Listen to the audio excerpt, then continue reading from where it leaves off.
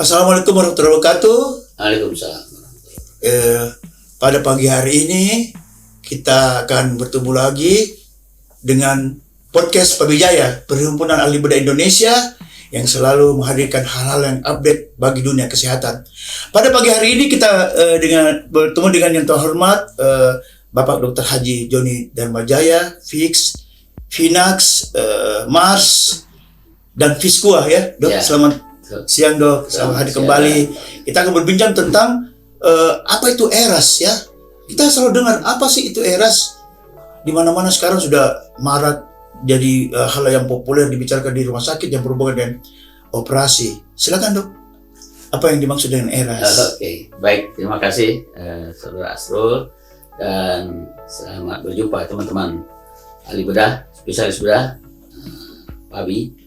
Ya, jadi ERAS ini kan bahasa Inggris, singkatan dari Enhanced Recovery After Surgery. Nah, bahasa Inggrisnya itu ya. Nah, sebenarnya ini adalah suatu peningkatan pemulihan setelah operasi yang mengacu pada jalur yang dikembangkan oleh tim multidisiplin. Kenapa multidisiplin? Ada dokter bedah, ada anestesi, ada perawat dan sebagainya, yang berpusat pada pasien. Ya, ini metode ini atau pendekatan ini berbasis bukti. Untuk spesialis bedah ya dan budaya fasilitas. Jadi sebenarnya lebih cocok disebut pendekatan, bukan metode ya. Untuk mengurangi respons stres bedah, mengoptimalkan fungsi fisiologisnya dan memfasilitasi pemulihan. Oh iya gitu ya. Tapi sejak kapan, Dok, dimulai adanya ERAS ini? Ada juga yang satu ya ERAX ya. Jadi kalau ERAS ini kapan dimulainya di Indonesia nih atau di dunia? Ya. ERAS ini yang saya baca dari literatur ya sebenarnya katanya dari tahun 90, tapi yang tertulis itu pertama yang mengembangkan ada dokter yang namanya Hendrik Kehlet ya, itu di Eropa Utara tahun 97 mereka memulai melakukan prosedur ini, pendekatan ini, ERAS ini dengan latar belakang pengalaman dan bedah jalur cepat pada kolorektal. Oh, awalnya tapi di Indonesia betul kebidanan yang memulai dengan ERAS. Betul, gitu. iya betul. Udah 3 tahun yang lalu, 2018 ya. Ya, pada operasi sesar mungkin ya. Iya, sesar. Makanya disebutnya ERAS. Ya, jadi bukan ERAS tapi ERAS. Enhanced Recovery After Cesarean Section. Nah, itu dia. Nah, tapi sekarang mulai banyak dokter bedah yang lain juga berminat lah untuk mengerjakan ERAS. Nanti kita cerita lebih lanjut. Wah, begitu, Dok. Terus apa dasar-dasar keuntungannya sehingga kita ini kita harus pakai ERAS nih? Iya, secara teori dan secara kenyataan memang banyak mudah. Hari rawat menjadi pendek. Betul. Pasien cepat mobilisasi, pasien cepat minum. Dan kalau nyeri berkali ya, Dok? Nyeri juga teratasi. Kalau dulu kan, harus puasa sampai flatus kalau masih bedah itu. Kalau sekarang 4 jam saja sudah boleh makan biasa. Ya, jadi pemulihan ini ditingkatkan adalah pendekatan multimodal memang. Masalahnya nanti kita cerita lebih lanjut ya, untuk mengoptimalkan fungsi fisiologis dan psikologis pasien ya. Manfaatnya antara lain ya, masa rawat inap yang singkat, penurunan nyeri yang tadi Anda bilang pasca operasi, dan kebutuhan analgesia, obat-obat anti nyeri yang tidak mempengaruhi fungsi usus. Jangan lupa ada obat-obat nyeri itu yang dikatakan opioid itu melumpuhkan ya, melumpuhkan mobilitas khusus ya. Nah, ini enggak, ini jadi itu ya. Jadi ada pemilihan ya, Dok. Jadi pemilihan obat anestesi anti nyerinya ya. Betul sekali. Obat anestesinya kebanyakan yang intravenus diberikan yang cepat reaksi dan cepat juga hilang. Betul, iya, menarik sekali. Unsur-unsur apa saja, Dok, yang diperhatikan dalam ERAS itu? Kan tadi ada katanya anestesia. Yang lain-lain apa, Dok? Ya, puasa berapa jam? Sebenarnya kalau kita bedah ya, kita orang bedah ya, selalu ada 3 fase kan. Fase prabedah, fase durante bedah, fase pasca bedah. Tiga-tiga diperhatikan. Prabedah itu apakah pasien ini anemia atau tidak? Albuminnya bagaimana? Nah, itu perlu ya. Gula darah ya. Gula darah. Nah, untuk itu makanya ada sekarang 2 jam sebelum operasi masih boleh diminum air gula itu. Air gula ya? Supaya kadar gulanya nggak turun, karena itu stres, nanti kortisol keluar kalau gula darahnya turun. Betul, Dok ya. Kemudian pada fase operasi, itu anestesi itu yang berkuasa, obat anestesinya. Ya bedah juga operasi lah dengan cara yang cepat ya. Makanya memang awal-awal dulu eras ini banyak pada operasi-operasi minimal surgery, minimal Iya. invasif. Tapi sekarang bukan tidak mungkin. Saya masih mau tanya lebih dalam ini tentang puasa. Sebenarnya ada yang bilang 8 jam, ada 6 jam, ada 4 jam. Sebabnya benar gimana ini, Dok? Kalau puasa menjelang operasi itu intinya kan yang dicegah itu regurgitasi Iya, pada waktu intubasi, iya, betul. jangan naik ke atas.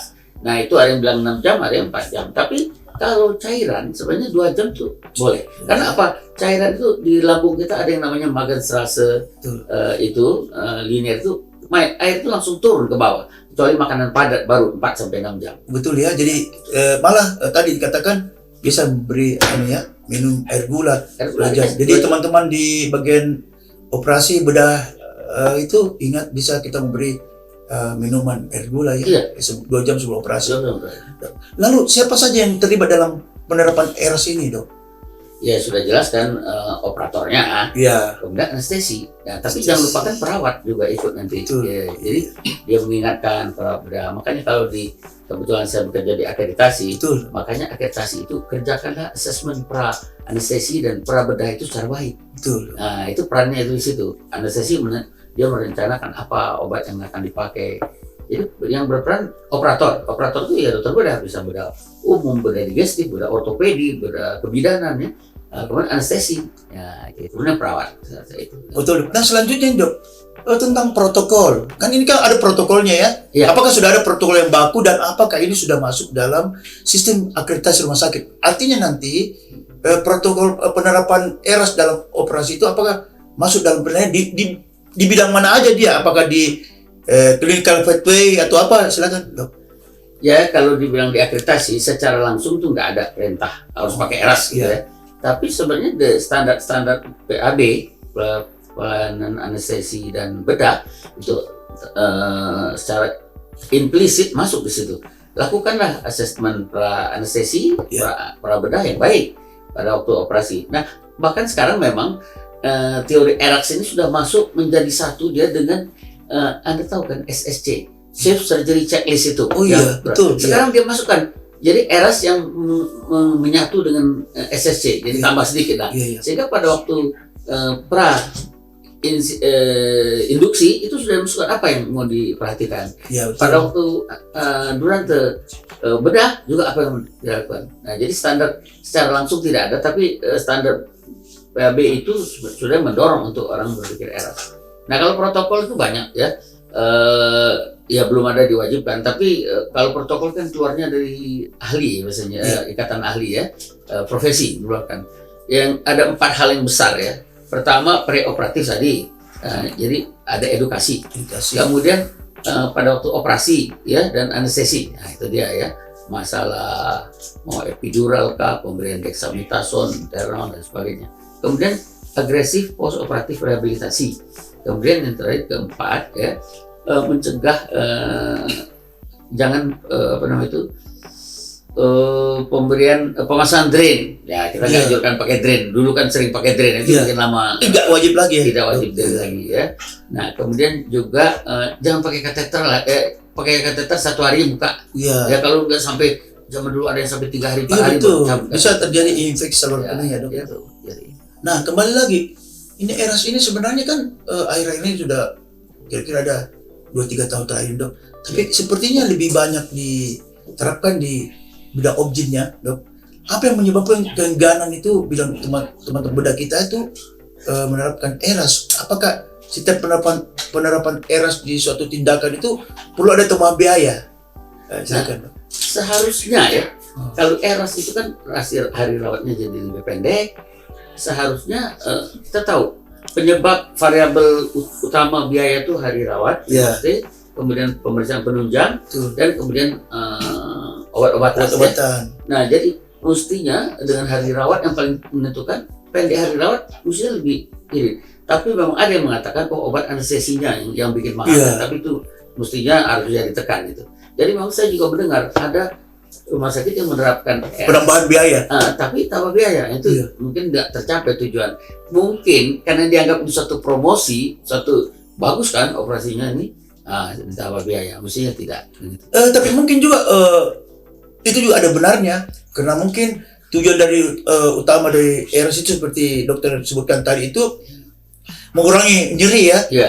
Obat-obat nyeri kan semakin baik dia semakin mahal. Mungkin itu ya. Tapi masalah nyeri justru ada juga fenomena. Kalau kita berikan nyeri pada saat yang tepat, maka penggunaan obatnya sedikit. Yang sering itu ternyata memberikan obat nyeri terlambat atau dosisnya tanggung, sehingga nyeri ambangnya tuh naik. Jadi akhirnya dia berkepanjangan jadi obat nyeri. Betul, iya. Jadi sekarang terakhir dok ya, kira-kira Dr. Joni sebagai mantan ketua umum PB PABI ya, 2018 sampai 2022, apa pesan-pesan buat seluruh ahli bedah, khususnya anggota PABI dan seluruhnya tentang penerapan ERAS di dalam tindakan operasi ini? Silakan. Nah, iya, saya ingin sekali mengajak teman-teman, makanya untung sekali Anda mengadakan podcast ini, Pak Wijaya. Ya mulailah teman bedah ini, anggota PABI, mulai mengenal, belajar ya, dan ajak anestesi tim Anda itu kita terapkan ERAS. Bermula dari operasi-operasi yang sederhana sampai kalau kita lihat di Amerika, TKR saja yang one day surgery dia sudah bisa pakai ERAS. TKR padahal itu TKR betul. Dan one day surgery. Jadi mestinya dokter bedah bisa. Jadi bedah yang menjadi leading sektornya ngajak ya bicarakan dengan anestesi. Ya memang kata teman saya Dr. Susilo itu anestesi senior yang mengembangkan ini, ya sering-sering tuh nggak kompak gitu, jadi anestesi pengen cepat aja. Dan jangan lupa, memang kalau pada ERAS ini anestesinya harus standby terus ya, bisa meninggalkan pangan sebelum selesai lah. Betul ya. Gitu, ya. Jadi saya kira itu ya yang paling penting teman-teman kita ini untuk mempersingkat masa perawatan ya, terus juga menggunakan obat yang baik mengurangi nyeri. Itu kita gunakan metode ERAS ini. Betul. Diharapkan teman-teman bedah semua ini bisa melaksanakan ini ya. Adapun protokolnya mungkin akan menyusul barangkali dok ya. Bisa, ya nanti melalui profesi itu. Protokol itu nggak boleh keluar dari orang bukan profesi. Betul ya. Nah, kita minta PABI kan ada seksi ilmiah mengeluarkan protokol ERAS untuk bedah apa. Betul ya. Gitu, ya. Demikian tadi ya dari perbincangan kami dengan yang terhormat Dr. Haji Joni Darmajaya Finax Fiskuah Mars ya. Dan saya sebagai host Pak Wijaya, Dr. Asrul Muhadi SPB mengucapkan terima kasih. Wabillahi taufiq wal hidayah. Wassalamualaikum warahmatullahi wabarakatuh. Terima kasih dok. Oke, sama-sama. Terima kasih dok. Okay. Thank you.